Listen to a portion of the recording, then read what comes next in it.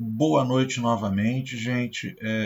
Estamos dando início ao nosso encontro do dia 12 de novembro de 2020. Direito Penal 4, Centro Universitário Gami Souza. Então vamos continuar aí, né, com o conteúdo da nossa disciplina. Estamos a 2 semanas da semana da proposta de avaliação e hoje vamos trabalhar os crimes contra a família. Beleza, os crimes, deixa eu pegar aqui no meu código não comentado, os crimes contra a família, né, eles se seguem ali, eles estão logo após os crimes contra a dignidade sexual, e você vai poder eventualmente me perguntar o seguinte: mas Léo, nós fomos até o 218 e ficou faltando ali falarmos sobre os crimes contra a dignidade sexual que se encontram no capítulo 5, né, ali o lenocínio, né, o 227, o 228, o 230 e etc. Informo que justamente esses serão os delitos que vão ser objeto do nosso trabalho de avaliação, aquele trabalho de análise da estrutura do tipo penal.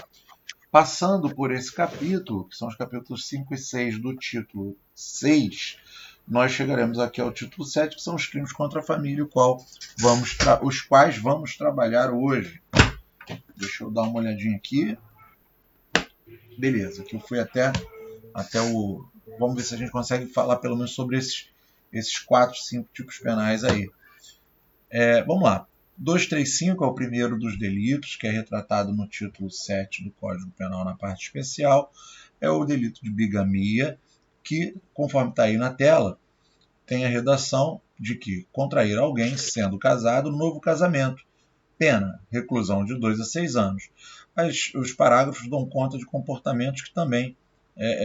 o comportamento também é apenável e uma exclusão, né, do comportamento ilícito. No parágrafo 1º, informa que aquele que, não sendo casado, contrai casamento com pessoa casada, conhecendo essa circunstância, é punido com reclusão ou detenção. E o segundo, anulado por qualquer motivo, primeiro casamento ou outro, por motivo que não a bigamia, considera-se inexistente o crime.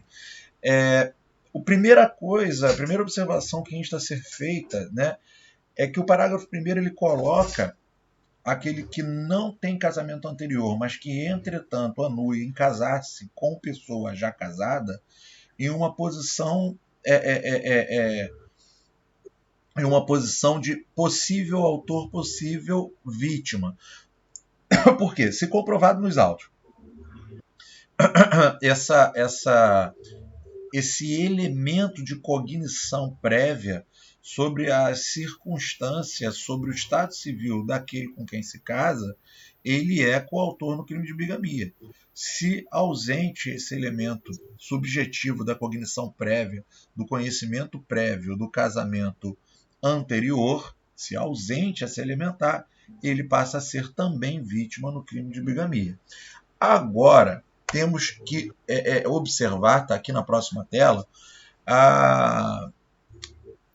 as questões atinentes, né, aos sujeitos passivos e aos sujeitos passivos que são vinculados a esse tipo penal. Vou começar aqui de baixo para cima, né, já que a gente estava falando ali da situação que se encontra o novo contraente.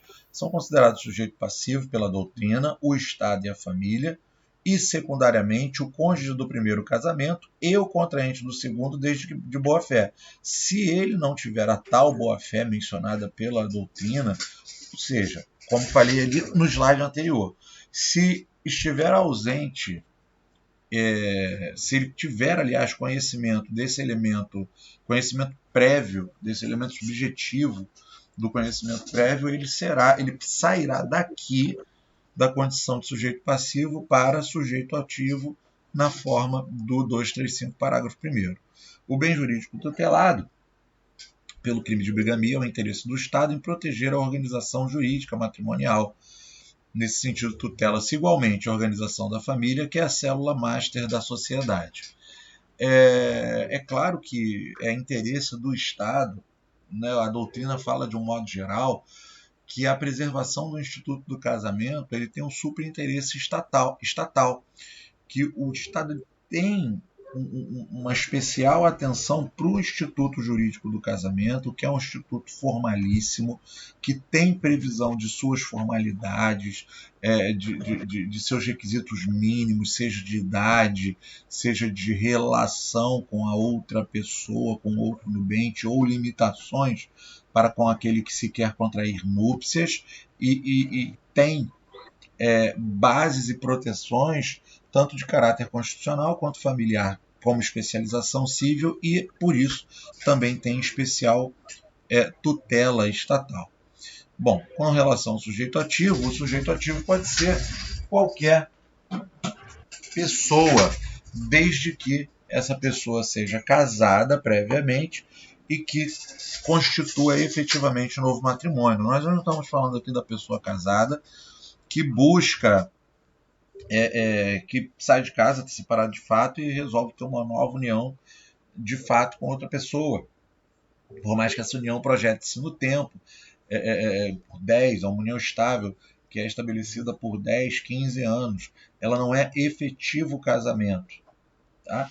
E o que é importante é que, no sentido, até pelo que seria antinatural diante das dinâmicas de relações modernas, observe-se que, até no sentido de se absorver essa conduta, afastando-se a criminalização daquele que, em razão de toda a burocracia, de toda a dificuldade, de todo o mecanismo estatal que tem que ser movimentado para a dissolução do casamento, o delito, o crime de adultério, previsto no 240, foi há muito revogado, pois tecnicamente aquele que separou-se, né, ou que está afastado do lar e vai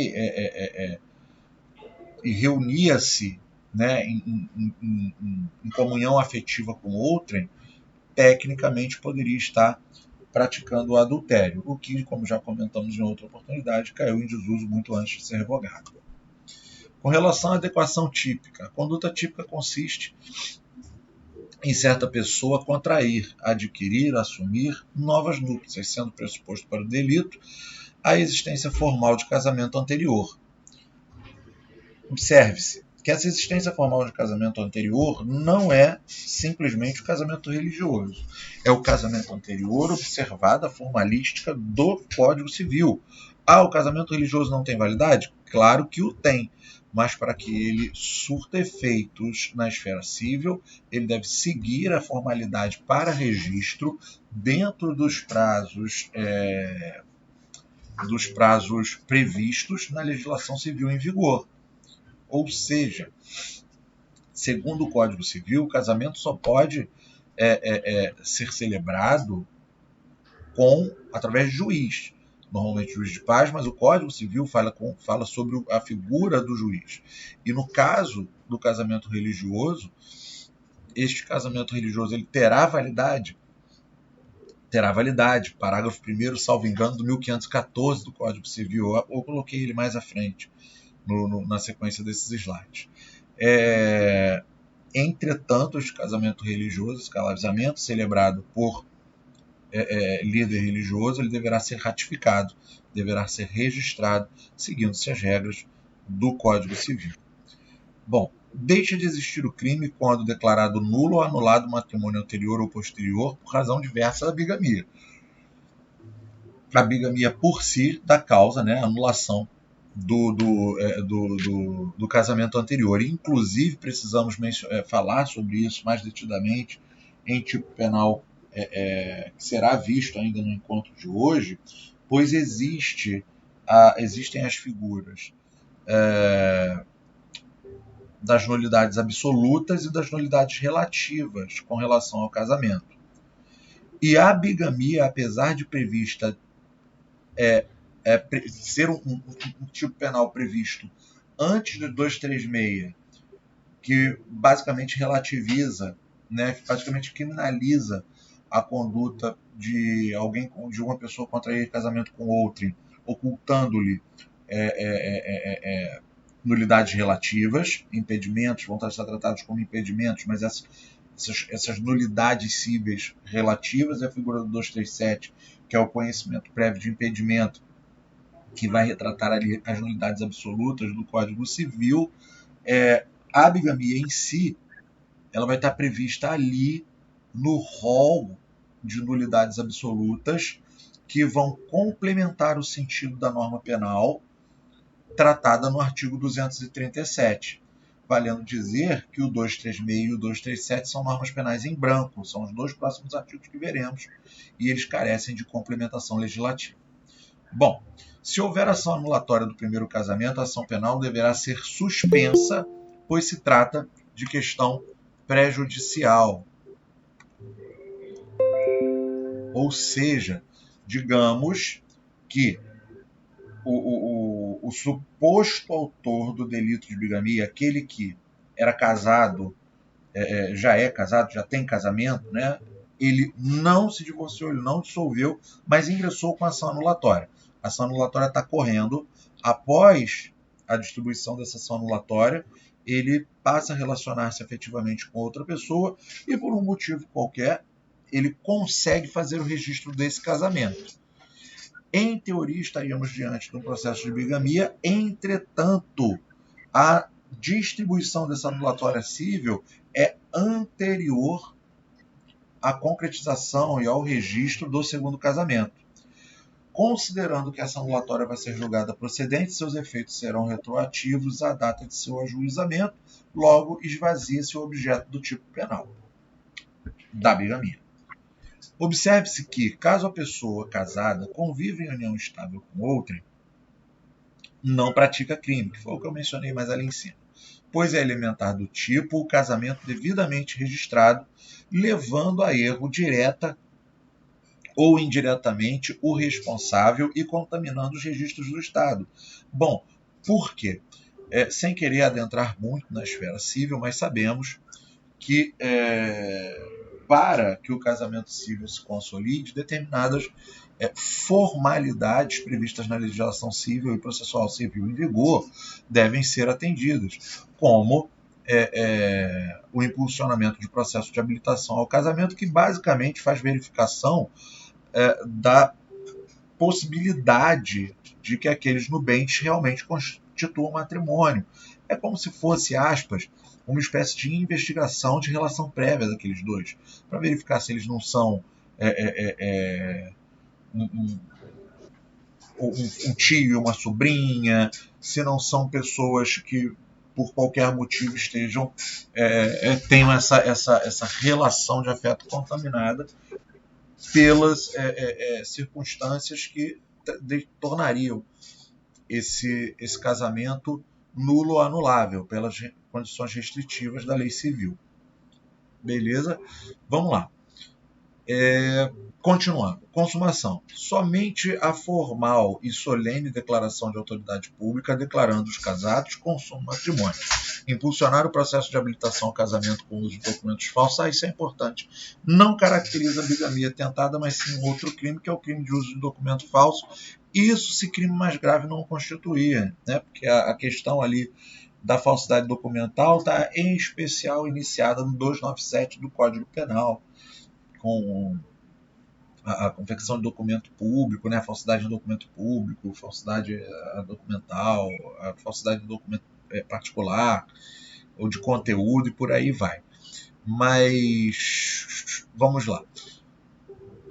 Por si só, o impulsionamento do processo de habilitação com os documentos falsos não caracteriza a bigamia, e falando-se em possibilidade de tentativa, o impulsionamento, a habilitação ao casamento, o início do processo de habilitação ao casamento, digamos que não se utilizem documentos falsos. O cara é casado, pega dos seus documentos verdadeiros, entrega lá em outro cartório de registro civil com os documentos verdadeiros de uma pretensa nubente, de uma noiva, uma futura esposa, e habilita-se ao casamento. Sendo os documentos verdadeiros, não há de se falar nem tentativa de bigamia, pois o processo de habilitação ao casamento é a procedimentabilidade adequada justamente para que se faça, por vias estatais, a verificação de compatibilidade civil entre os dois pretensos nubentes. No sentido da ação penal, a ação penal é pública incondicionada, haja vista, né, o que já foi observado anteriormente, que segundo doutrina majoritária, o sujeito passivo neste tipo penal é o Estado e a família.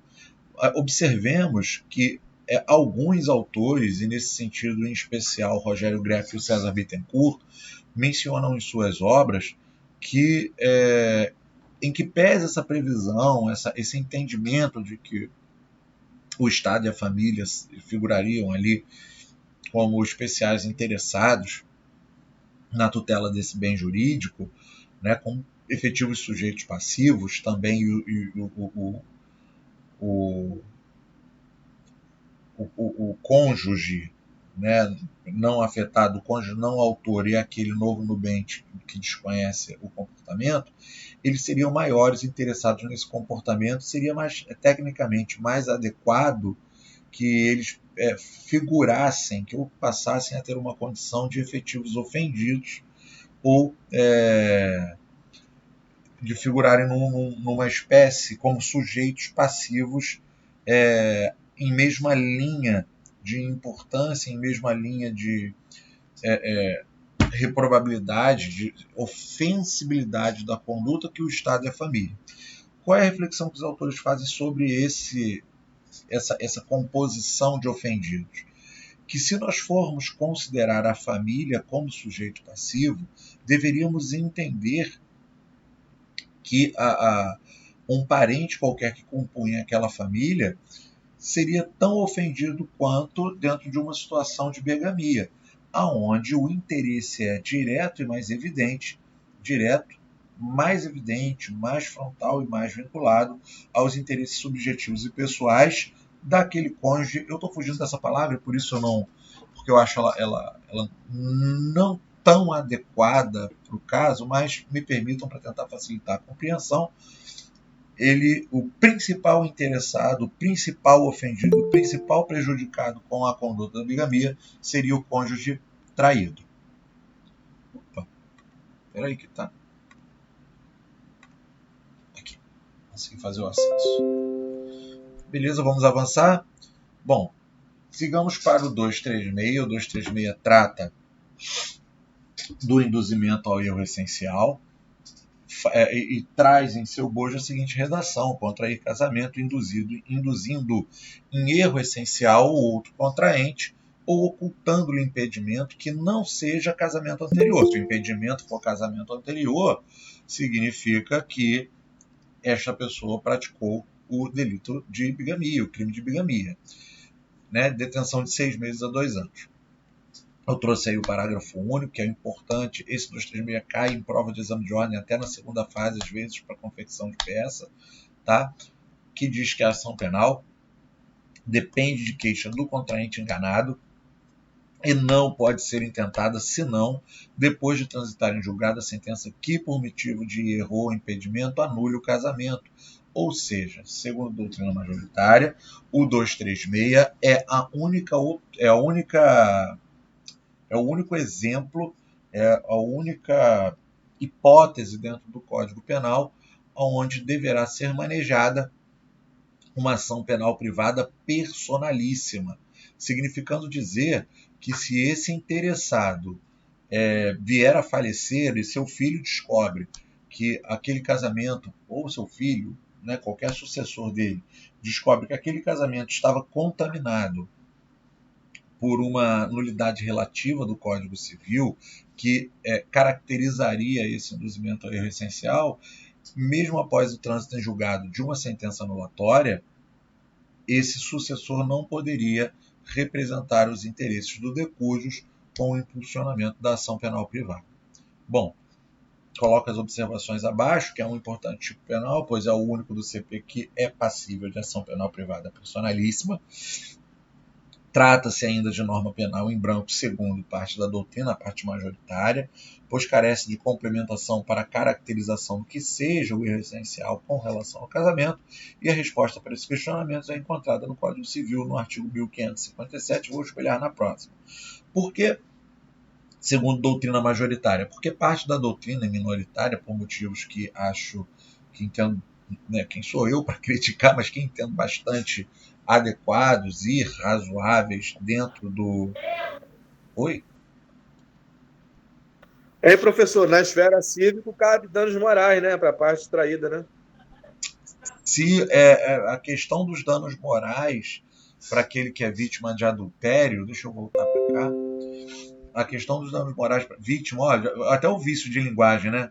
A questão dos danos morais para o cônjuge traído cabe na esfera civil, mas dependerá muito, pelo menos a meu entender, e de alguns julgados que já li, algumas coisas que já dei uma lidinha nesse sentido, cabe muito do espectro de ofensa moral subjetiva, a honra subjetiva do cônjuge. Eu não quero usar o termo traído, porque é forte, acho não tão adequado, mas enfim, para simplificar, como disse antes, do cônjuge traído. Porque o adultério não é mais crime, mas o adultério caracteriza a impossibilidade de convivência, né? De que se siga com a relação conjugal, com a relação marital. Deixa eu dar uma olhada aqui, artigo 1500, acho que 37 do Código Civil. Eu tenho isso aqui bem à mão nas minhas anotações aqui. Adultério, 1573, inciso 1º do Código Civil, fala que o adultério impossibilita a convivência da união conjugal. Entretanto, o 1573 do Código Civil diz que o adultério pode impossibilitar. Fala assim, ó, podem, é um poder, não é um dever, não é algo contundente, caracterizar a impossibilidade de comunhão devida ao ocorrência de alguns dos seguintes motivos, e o primeiro é o adultério. E aí, voltando um pouquinho para a esfera lá do dano moral, Cláudio, como você mencionou, você imagina o seguinte, você já não está bem, né, tá casado e tal, aí, vamos falar de mim, não vou colocar um como exemplo, né, eu sei que você é um cara gente boa, mas vamos colocar, eu tô lá, tô casado com a minha mulher e tal, e a gente não está bem. A gente já não está bem, já está naquele ritmo de separa, não separa, separa, não separa, e ela começa a relacionar-se com uma pessoa, às escondidas, né? Não me expõe, não me manda mensagem, não, às escondidas. Daí, depois de 2 meses, relacionando-se com outra pessoa, me traindo, ela resolve sair de casa e morar com essa pessoa. Houve efetivo adultério? Houve efetivo adultério. Eu descobri, não descobri, quero motivar o divórcio com isso? Posso, está lá 1573, inciso 1º do Código Civil. Gera para mim um dano moral? É uma análise bem delicada, porque para atingir a esfera do dano moral, eu preciso adentrar a esfera da moral subjetiva e da exposição desnecessária da pessoa. Eu particularmente entendo que por mais... mas é requerível, tá? Eu não afasto a hipótese de requerimento. Eu só acho que diminui muito a possibilidade de procedência do pedido. Diminui muito a possibilidade de procedência do pedido quando não há demonstração de que aquela conduta, que houve uma conduta de exposição do cônjuge traído. Na mesma hipótese, a mulher me traiu e tal, e aí daqui a pouco eu recebo um telefonema na minha casa, o camarada falando um monte de besteira para mim, recebo um monte de mensagem, recebo foto, aí eu já tenho mais elementos que objetivamente conseguem corroborar uma prova para a condenação de danos morais, porque a conduta humana per si, de relação de afeto, ela teoricamente não pode ser controlada, ela tem certas justificativas. O que é injustificável é a indevida exposição ou a indevida humilhação ou o indevido ou exacerbado vilipêndio moral. Acho que está bem por aí a esfera da tutela dos interesses cíveis na área do dano moral. Entretanto, simplificando ainda mais para poder voltar aqui para o conteúdo de penal, Ok. no caso concreto eu não deixaria de pedir caso esse fosse o interesse do meu cliente, porque a nossa função é de meio. Bota ele para assinar o termo de entrevista e faz o pedido porque ele sente-se vilipendiado de sua moral subjetiva, matéria de prova. Matéria de prova dentro de um eventual processo. Beleza? Beleza, obrigado, professor. Vamos seguindo. Então está aí o 1557 do Código Civil, que diz que considera-se erro essencial sobre a pessoa do outro cônjuge. Inciso primeiro, que diz respeito à sua identidade, honra e boa fama, sendo esse erro tal que o seu conhecimento ulterior torne insuportável a vida em comum ao cônjuge enganado. Ele não é quem diz que seria, né? Eu tive um pedreiro aqui em casa que a gente tratava ele tipo de Tício. Quando eu pedi a identidade dele para fazer um recibo, ele estava lá Mévio. Falei, por que todo mundo chama de Tício? Ele deu uma risadinha, saiu pela tangente, nunca mais contratei. Ou sua honra e boa fama, digamos que aquele camarada ele tem aí uma mácula grande. O que seria uma mácula grande em sua honra? Ele é um criminoso, quanto mais que se aquela. Agora percebam que esses três incisos eles relativizam, eles vão fazer com que a pessoa do outro cônjuge possa ou não requerer a anulação do casamento. Eles não inviabilizam a permanência daquele casamento. Imagina o seguinte: casou com uma mulher, vamos botar aqui um exemplo bem, né, evidente. Você casou com uma determinada mulher e você descobre que ela era dona de uma clínica de aborto há 10 anos atrás, né? Nunca foi presa, mas você descobre que ela era uma famosa aborteira lá no interior do sertão nordestino, né? E o aborto é um crime que você abomina, você é um cara extremamente religioso e um cara beato e descobre essa mácula na honra, no que você entende seja a honra subjetiva daquela pessoa. A decisão sobre continuar ou não com essa relação, se essa mácula que você descobre, essa mancha na honra dessa pessoa, que você descobriu após a estabilização, após o registro regular civil do casamento, quem vai decidir se essa mácula vai, esse erro essencial ao qual você foi induzido, que você desconhecia quando contraiu núpcias com ela, vai contaminar de tal forma esse casamento a ponto dele precisar ser anulado, é você. Você pode decidir que você vai superar essa informação nova e continua com o casamento, que é instituto jurídico sobejamente protegido, tanto no ordenamento civil quanto penal. Agora, você decide que essa mácula inviabiliza a sua relação com essa pessoa, anulatória, e após queixa-crime de 236, induzimento a erro essencial. Percebam ainda que você pode fazer essa anulatória e abdicar da queixa-crime, porque você entende que a esfera do seu direito atingido, ele merece tutela civil, mas você não sente que um crime foi feito contra você, um crime foi praticado contra você, tá ok? E diversos seriam os exemplos nesse sentido. No mesmo sentido, se quiser inverter o exemplo para uma moça, a moça descobrir que aquele rapaz...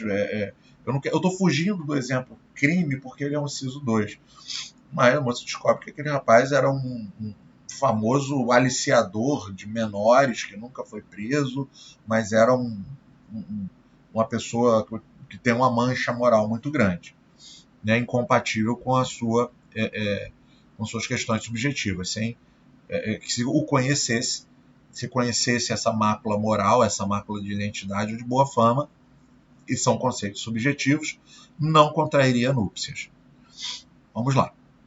Hipótese do inciso 2º, que complementa o 236, um segundo do 1557 do Código Civil, que dão notas, que dão cores a essa norma penal em branco, que tratamos por oportuno, que está inserida no 236 do Código Penal.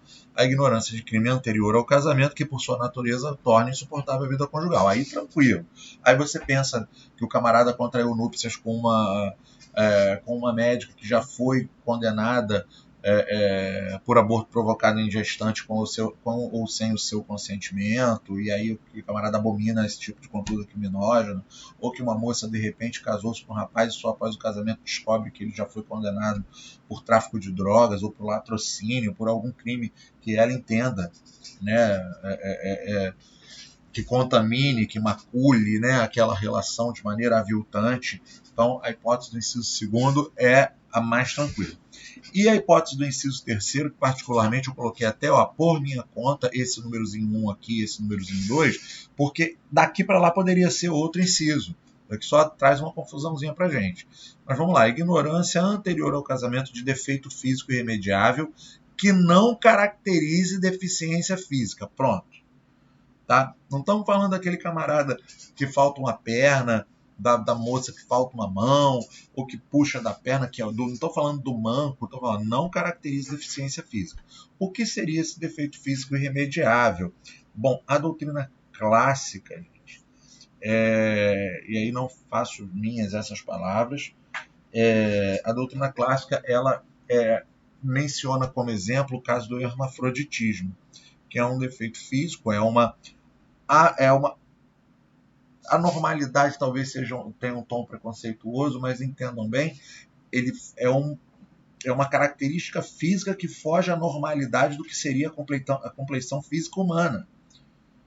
Que para quem não sabe o que é hermafroditismo, é o homem, uma pessoa que externamente tem corpo de homem, mas que a genitália é feminina, ou que órgãos internos são femininos, ou a mulher que externamente, aquela pessoa que externamente é uma mulher, qualquer um vai olhar e vai ver que é uma mulher, mas que os órgãos, que os genitais e órgãos internos e outras características, de acordo com a literatura médica, são características masculinas. Não estamos falando, neste caso em específico, do transexual. A opção é uma outra questão. Que não caracterize deficiência. Ou dois, ou ignorância anterior ao casamento, de defeito físico, ou ignorância anterior ao casamento, de moléstia grave e transmissível por contágio ou herança, capaz de pôr em risco a saúde do cônjuge ou sua descendência. É aquela menina que fala, olha, vou casar virgem, ou não vou ter relações sexuais até o dia do casamento e tal. No dia, casou, tá indo para a noite de núpcias, o cara fala assim, olha, eu tenho HIV. Descobre ali já depois de estar casado. Algo que ela pode fazer opção por dar continuidade ou não. É uma nulidade relativa. Tá? Trata-se aqui de moléstia grave e transmissível. Ela pode, não, já estou apaixonada, vamos embarcar, vamos nessa. Ou pode, não, vamos anular o casamento e você cometeu um crime contra mim. O crime lá do 236. E é bem até relevante falar sobre isso, conteúdo do próximo encontro, enquanto segundo tempo, nós vamos começar a falar sobre os delitos de periclitação à saúde ou à vida. Bom, dolo como elemento essencial à conduta. Opa, alguém? Deixa eu ver aqui. Não é. É que fez aqui o zap da turma. Beleza, depois eu vejo mensagem de aluno, não é de nenhum de vocês. Vamos dar continuidade. O elemento subjetivo é o dolo, representado pela vontade consciente dirigida à realização do casamento, induzindo a vítima a erro essencial, ocultando o impedimento. A consciência das elementares do tipo, como elemento do dolo, deve ser atual, isto é, deve existir no momento em que a ação está acontecendo. O agente deve ter plena consciência no momento em que pratica a ação daquilo que quer realizar, induzindo a erro essencial e ocultando, escrevi ali ocultação, e ocultando impedimento à saúde do... Eita, eu fiquei confuso aqui no final, mas depois eu reformulo esse slide, vou reformular a ideia. O agente deve ter plena consciência no momento em que pratica a ação daquilo que quer realizar, induzindo erro essencial e ocultando do cônjuge impedimento à saúde ou do cônjuge de sua descendência ou de característica que desabone sua conduta ou sua identificação ou característica ou crime previamente cometido. O que eu busquei dizer nesse parágrafo aí, que permissa venia, data máxima venia com a devido perdão e escusa da palavra, acabei redigindo de maneira confusa o final dele, precisa ser refeito, mas o que tentei expressar é que é condício sine qua non que aquele que figurará como sujeito ativo dessa conduta delitiva, ele precisa ser provado na ação penal que ele reserva esse elemento,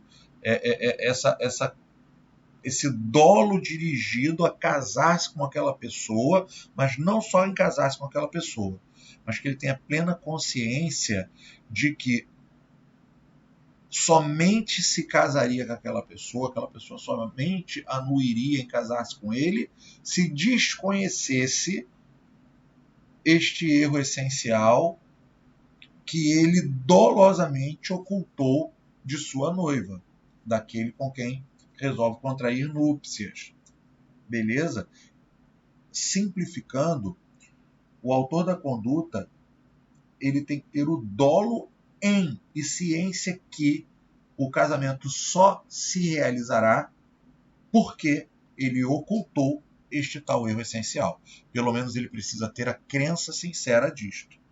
Se após essa nubente perdoar, né, a conduta, relativizar esse erro essencial, aí é uma outra circunstância.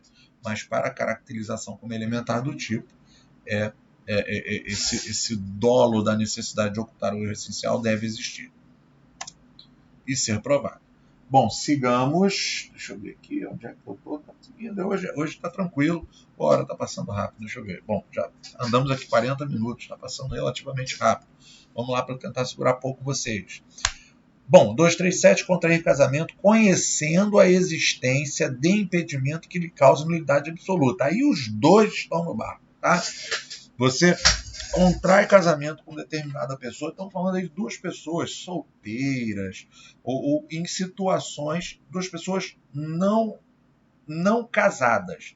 Porque se qualquer um dos dois for casado, aquilo que eu falei, o artigo do Código Civil que vai dar cores a essa norma penal em branco, ele vai ter a bigamia ali no bojo dele.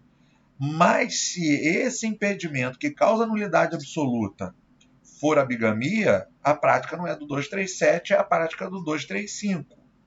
Então o 237 é um tipo penal que guarda notas residuais à conduta prevista no 235 do CP. Sigamos. Como contraponto à infração definida no artigo anterior, também, né, das nulidades relativas, porque se aqui tratamos da nulidade absoluta, o 236 tratou da relativa e o 235 tratou de uma absoluta em específico. Espera aí que eu ouvi um barulhinho como se tivesse alguém querendo entrar na sala. Aqui, ó. Pronto, Alexandre. Em específico, vamos voltar aqui, infração justifica. Vamos começar de novo, né, esse último parágrafo. Como contraponto à infração definida no artigo anterior, 236, justifica-se a existência dessa, porque o 236 fala da nulidade relativa, e se a nulidade for absoluta, está no 236 também, né, não é, a conduta é atípica? Não, 237. Tá? Ainda que não seja mais grave que aquele, não deixa de ser igualmente gravoso as relações sociais como um todo e, em particular, relativamente ao próprio instituto jurídico do matrimônio, tão caro à sociedade brasileira mais conservadora. E, ademais, o cônjuge inocente não deixa de ser enganado. Agora percebam que o 237 ele tem uma diferença bem peculiar, uma diferença bem marcada com relação ao 236. A nulidade é absoluta. A ação penal é pública incondicionada. No 236 é o exato extremo e oposto da ação penal pública incondicionada, que é a ação penal privada e, além de ser privada, ela é personalíssima. Tá? Então, vamos dar uma olhada nisso mais à frente. Vamos lá. Trata-se de norma subsidiária em relação à prevista no artigo anterior 236-CP, como mencionei no slide anterior. Aqui, nesta hipótese, se contrai casamento sabendo da existência do impedimento que leva à nulidade absoluta e não apenas relativa. Na previsão do anterior, o agente induz o outro a erro. Nesta, ao contrário, o agente, mesmo sabendo da existência de impedimento que anula o casamento, o contrai conscientemente. A motivação da conduta do agente, que provavelmente exista, é irrelevante para a tipificação da conduta. Então não importa, eu estou enganando ela, estou induzindo ela a erro essencial, porque eu sou apaixonado por ela. Né? Eu sou o matador, quanto mais. Eu sou o dono do tráfico de determinada região, saí dali da região, deixei alguém comandando lá para mim, mas eu ainda sou o dono ali daquela região de tráfico, daquela região de crimes. Mas se essa menina bonita souber que eu sou um criminoso, quanto mais, ela nunca vai se casar comigo. E é uma das coisas que acho belo nela. Estou dando aí um exemplo de algo que já ouvi coisa muito parecida. Mas, feliz ou infelizmente, a gente que mora numa região tão violenta quanto o Rio, vamos pensar aí em diversos exemplos para circunstâncias similares. Né? E aí, voltando ao caso anterior, é a relativização. eu somente oculto, ou somente faço o impedimento, a relativização, né, levo aquela pessoa ao essencial, porque eu tenho algum motivo. Eventualmente posso não ter um motivo, mas existe uma motivação vinculada. Agora, essa motivação da conduta do agente, que exista ou não exista, é irrelevante. Ele não pode alegar, levei a ela erro essencial, não expus essa nulidade absoluta por amor, por qualquer outra circunstância. É irrelevante. Tá? A nulidade absoluta tem o interesse jurídico do Estado, a ação penal é pública incondicionada. Vamos lá, seguindo. Trata-se, como a outra, como a anterior, de norma penal em branco, visto que o conceito de impedimento absoluto é fornecido pelo Código Civil no 1521. 1521 do Código Civil, Ctrl+C, Ctrl+V aí neste slide, não podem casar os ascendentes com os descendentes, né? Pais com filhos, filhos com pais. Seja parentesco natural ou civil. O pai com a nora, né? A mãe com o genro. Os afins em linha reta, né? Os afins são os parentes, né? Diretamente ligados na forma do direito de família. Você desenha aquela árvore estrutural de afinidade familiar, aqueles que conectem-se em linha reta com a pessoa no qual o quadro se desenha também é impedido de casar-se, é uma nulidade absoluta. Tá? O primo não é afim em linha reta. Tá? Porque o primo, se nós formos traçar as retas de afinidade para o direito de família, o que a gente chama de primo em primeiro grau vem a ser um parente em terceiro grau. Então, tem a linha reta, que é o tal primeiro grau que todo mundo fala. Tem os... Parente, né? O tio, não? Oi? Ficou baixinho, repete. Parente de terceiro grau, né? O tio, não? Não entendi. Parente de terceiro grau, né? O tio, não? Não é o primo, o tio está, salvo engano, em segundo. Eu peço até a devida escusa se eu não estiver acertando o número do grau certinho, porque aí já é mais lá na área do direito de família. E aqui me interessa o afim linha reta. A linha reta é mais fácil de traçar. Mas o tio, se eu não estou enganado, ele está ali no segundo. Porque você vai, ó, do tio você vai ao pai, do pai você vai ao irmão do pai. É meu tio. Então eu tenho 1, 2. Eu traço uma segunda linha. Para chegar no primo eu desço 3. Né? Então, se eu salvo melhor juízo, o tio está ali num segundo movimento linear. Tá? Até peço ajuda aí de quem tiver mais afinidade com o direito de família nesse sentido, e a gente pode até, eu posso até fazer uma pesquisa preliminar aqui e fazer esse ajuste de percepção. Mas... Só a dúvida mesmo. Oi, Cláudio. Era só a dúvida mesmo. Sim. Depois eu até confirmo isso, eu tenho quase certeza que é assim. Que a gente desenha lá, por exemplo, desenha lá o Tício é filho do Mévio, e puxa uma linha para o Mévio, ligando linearmente, né? Em primeiro contato familiar ao Mévio. O Mévio é irmão de Caio. Eu puxo uma outra linha para o Caio, eu tenho uma segunda linha. Caio é pai de Penélope. Aí eu 1, 2, 3. Aí Penélope vem a ser prima e não tem essa nulidade absoluta. Eu acho, professor, que o tio é de terceiro grau mesmo. Pai, primeiro grau, os avós em segundo, o filho dos avós em terceiro, né? Eu acho... pode ser, tem uma outra linha, porque tem um esquema que sobe no mas eu também não estou lembrada, não. Eu estou com essa reflexão. Mas, assim, é por aí. Tem os avós, o filho dos avós. Ai, que complicado isso, né? Não, eu confundo. Eu acho que você está certa. Acho que é tio que é terceiro e o primo é quarto. Que com tio não pode... E primo, acho que é isso aí mesmo, Xelane. Obrigado. Eu teria que desenhar aqui, eu tô sem um papel por perto de mim. Mas você me lembrou disso. Nada que o Cláudio chamou a atenção, né? Mas isso é bom porque o que liga, deixa eu desenhar. Porque, vamos lá, eu tenho aqui o pai, eu tenho o filho. O que liga isso mesmo. Porque eu vou ter aqui em cima a mãe, eu tô desenhando. O ruim de não estar com quadro é que fica difícil de fazer isso, né? Vamos lá, eu tenho aqui o pai, sobe, aqui eu tenho os avós, o pai se conecta com o avô pai, que é uma avó. Então tem aqui 1, 2 com os avós. Dos avós deriva o meu irmão, que eu tenho que chegar lá na minha mãe para dizer pro meu irmão. Isso. Aí eu tenho aqui 1, 2 nos avós, 3 no meu tio, 4 no meu primo. É isso mesmo. Cláudio, obrigado pelo bizu. Se você não levanta a bola, eu não faço o desenho aqui e não enxergo. E obrigado pela Shirlene, eu sempre erro o seu nome. Eu chamo de Shirlene. Não, mas o senhor... mas é complicado mesmo, o senhor também é criminalista, né? É diferente, mas obrigado, senhor. Uma das áreas que eu não é nem que eu não gosto, não, mas que eu tenho. Eu evito, sinceramente, trabalhar com direito de família por questões muito pessoais. Né? Aquilo tudo mexe muito com.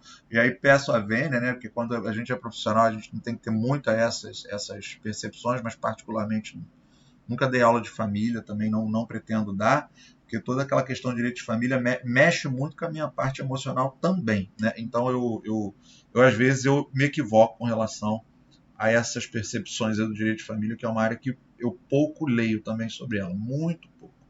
Mas enfim, questões que a gente fala no finalzinho da aula, naquele bate-papo mais informal. Mas vocês estão corretos e obrigado pela ajuda. Vamos lá. O adotante com quem foi cônjuge do adotado, o adotado com quem foi do adotante, né? Aí o adotado seria a mesma hipótese daqui de casar-se com marido, com genro, né? Pai com genro, nora, né? Cônjuge do adotante e adotado, não existe mais isso. Irmãos unilaterais ou bilaterais, né?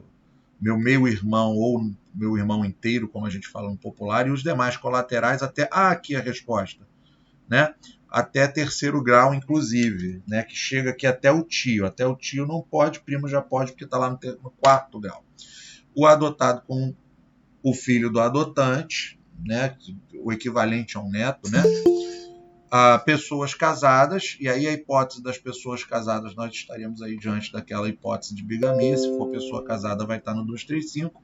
E o cônjuge sobrevivente com o condenado por homicídio ou tentativa de homicídio contra seu consorte. Essa, para mim, é a melhor, né?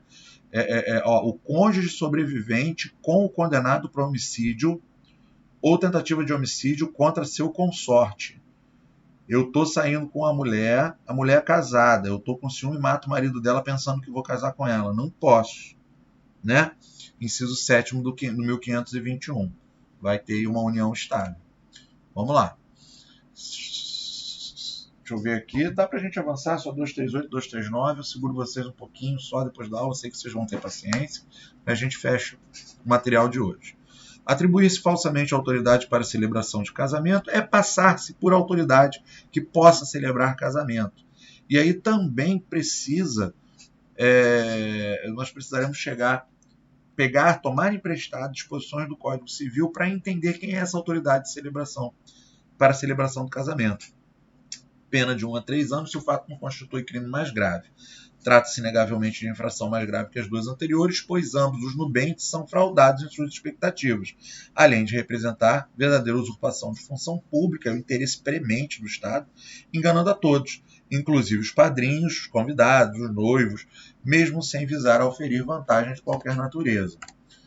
A conduta incriminada está em atribuir-se ou imputar-se falsamente com mentira, fingimento, falsidade, autoridade para a celebração de casamento. O agente proclama-se autoridade para a celebração de casamento. Fui redundante, né? Às vezes eu faço essas coisas aí na escrita, tá, gente? Sei que vocês compreendem. Sem preencher as formalidades legais exigidas para ser tal autoridade. Essa atribuição falsa exige conduta inequívoca do agente que procura demonstrar que possui tal atribuição sem ter sido investida neste cargo ou função. Eu não me lembro se eu coloquei aqui no próximo slide, não vou avançar ainda não, mas algo que acontece, exemplo desse tipo de conduta que acontece com mais frequência do que a gente imagina. Tá? Você tem lá o cartório extrajudicial de registro... o RCPN, né, do Cartório de Registro Civil de Pessoa Natural, cartório competente para realização e celebração de casamentos de um modo geral. E o juiz de paz, né, não está lá naquele dia, tem um monte de casamento marcado, e o escrivão ele se apresenta, quem conhece ele, né, geralmente a gente trata com o pessoal do balcão, ele se apresenta como juiz de paz para aquela ocasião e pede para que um de seus funcionários lá apresente como escrivão. Ora, aquele escrivão não é o juiz de paz, ele não é pessoa investida, ele não está dentro das regras trazidas, né, da normatividade trazida pelo Código Civil, e ele não tem autoridade para aquela celebração. Tá? Logo, essa pessoa, esse nosso personagem do caso hipotético, ele estaria praticando a conduta prevista no 238 do Código Penal. Esse 1514 e 1515 que eu espelho aqui embaixo, nesses dois últimos parágrafos desse slide, eles são artigos do Código Civil que prevêem, né, quem pode celebrar casamento. Então, o casamento realiza-se no momento em que o homem e a mulher manifestam perante o juiz a sua vontade de estabelecer vínculo conjugal e o juiz os declara casados. Logo, é o Código Civil nos apresentando o juiz, somente juiz, né, o termo que o Código Civil usa, como autoridade com capacidade, autoridade regularmente investida na função de celebrar casamento entre as partes. E o 1515, o 1515 prevê que o casamento religioso, que atender às exigências de lei para a validade do casamento civil, equipara-se a deste, desde que registrado no próprio registro, produzindo os efeitos a partir de sua celebração. Ou seja, mesmo vai ter registro posterior, mas os efeitos daquele casamento, a efetiva data que vai constar nesse registro próprio do RCPN, do Cartório de Registro Civil de Pessoa Natural, será a data da celebração religiosa. O que se questiona é que, já que esse líder religioso, já que esse sacerdote religioso, ele tem competência e a celebração religiosa dele vai ter validade para casamento civil, sendo devidamente registrada, a usurpação dessa função também caracteriza a conduta prevista no 238 do Código Penal, em atribuir-se falsamente autoridade para a celebração de casamento. A doutrina é dividida nesse sentido, tá? E hoje em dia inclina-se mais no sentido de que usurpar essa função, né, religiosa para induzir os nubentes a erro também se inseriria no tipo penal do 238, pois o tipo penal do 238 ele não especifica, ele deixa por conta do Código Civil, para a completividade do Código Civil, que o Código Civil decline e informe quem são essas autoridades, quem são essas pessoas que teriam competência, que teriam legitimidade, é uma palavra muito melhor do que competência e mais apropriada para a hipótese do 238, cujas funções seriam usurpadas. Então, voltando para a leitura do 238, atribuir-se falsamente a autoridade para a celebração de casamento. Atribuir-se falsamente a autoridade, e essa autoridade muito mais no sentido de legitimidade. A questão prática que nós podemos observar como pano de fundo para esse tipo penal, ela justamente se insere no contexto de que essa usurpação da autoridade legítima, que está legitimada para a celebração do casamento, deve haver previsão na lei civil, e 2, essa conduta tem o objetivo de levar a erro os nubentes. Os nubentes saem dali acreditando estarem casados. Eles saem dali acreditando ou que a formalidade do cível, 1514, ou que a formalidade religiosa guarnecida pela lei civil, 1515, foi regularmente celebrada. Logo, o interesse jurídico subjetivo e pessoal dos nubentes, tutelado pela vontade estatal de que aquela formalidade se aperfeiçoe, foi maculado com uma conduta de usurpação de autoridade legitimada para a celebração de ato solene. Questões especiais, dispõe o 1514 do Código Civil, que o escrivão não possui autoridade, é o exemplo que eu dei, para celebrar o casamento, todavia, se o sujeito se faz passar por juiz de paz e, simultaneamente, outro se declara escrivão, há concurso de pessoas na prática desse crime. A ação penal é incondicionada, conforme mencionei anteriormente, haja visto o evidente interesse do Estado nesse sentido. Simulação de casamento. Simular casamento mediante engano de outra pessoa. Esse daí, antes de eu continuar lendo, é aquele cara que a mulher está no pé dele para ele casar, aí ele pega um amigo para fingir que é padre, pega outro para fingir que é alguma coisa, tá todo mundo fazendo um cenáriozinho, ele simula ali o casamento para poder enganar, né, aquela vítima, aquela nubente. Né? Então vamos lá. Mais uma vez, infração penal procura coibir o uso indevido da instituição do casamento mediante fraude enganando um dos cônjuges. Perceba-se que nesse tipo penal o que se deixa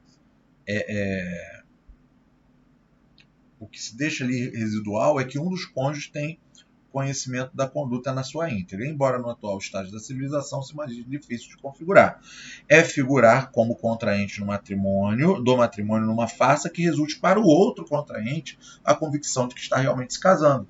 É o exemplo de quem contrata um ator para passar-se por padre e simular o casamento religioso do sujeito ativo com o eventual ofendido, que acredita ter saído daquela celebração a ser efetivamente casado.